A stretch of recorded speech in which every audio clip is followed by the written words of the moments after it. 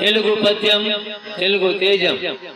నన్నయ్య నుంచి నా దాకా తెలుగు పద్య ధారావాహికకు స్వాగతం. పరమేశ్వరుని కోసం పార్వతీదేవి ఘోర తపస్సు చేస్తూనే ఉంది, ఏమాత్రం తన పట్టు విడవకుండా. కాలాలు ఋతువులు మారుతున్నాయి. వర్ష ఋతువులో ఆకాశంలో దట్టంగా మేఘాలు అలుముకున్నాయి. ఆ మేఘాలను వర్ణిస్తూ నన్నచోడుడు ఈ పద్యం రాశాడు.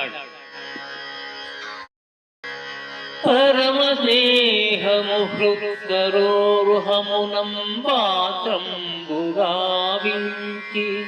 సుచిరం పుణ్యదశం తపోగ్నిమదిను దీపించి బ్రహ్మాండ కర్పర ఖండంబున మంత్రకజ్జల మొగిన్ఫాలాక్షోర్పింప అగిరిరాజాత్మజ వట్టెనానమరి లింగింబర నీలాభ్రము లింగింబర్వే నీలాభ్రము.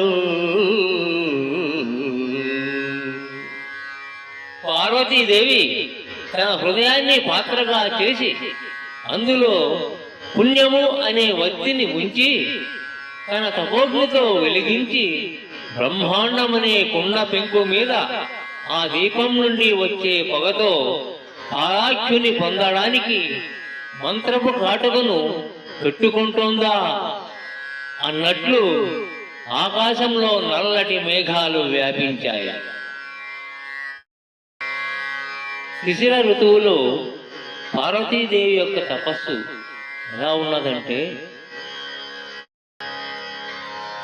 కనరి హేమంతమగుడు పతంబులడగిపోవబోయిన కొలనొక్క పూతనకు విద్దుగాడాచి కొనియున్న విధము బోలి.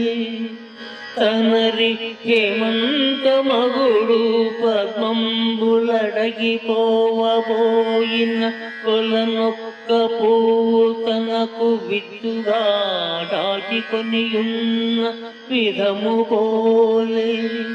తైలసుత ముఖముదక వాసమునను తైలసుత ముఖముదక వాసమునను.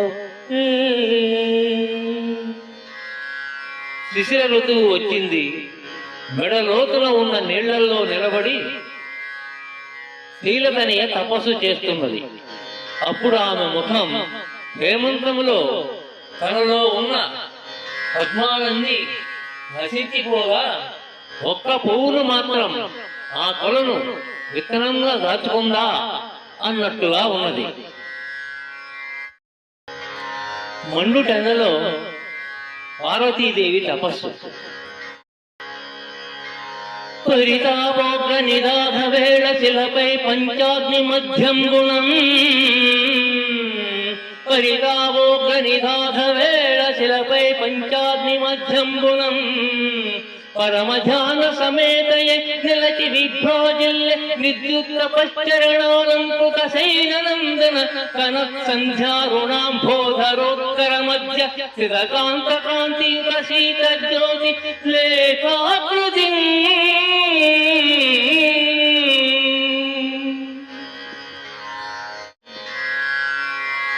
పరితాపోగ్ర నిరాధ వేళ చుట్టూ పంచాగ్నులు, ఆకాశంలో మండుతున్న సూర్యగోళం, ఆ వేడికి మండుతున్న బండరాయి. అయినా పూనుకున్న తపోదీక్షే ఆమెకు ఒక అలంకారం. వాటి మధ్య నిలబడ్డ ఆ గిరిజ మనోజ్ఞమైన కాంతితో మెరుస్తున్న చంద్రరేఖలా ఉందట.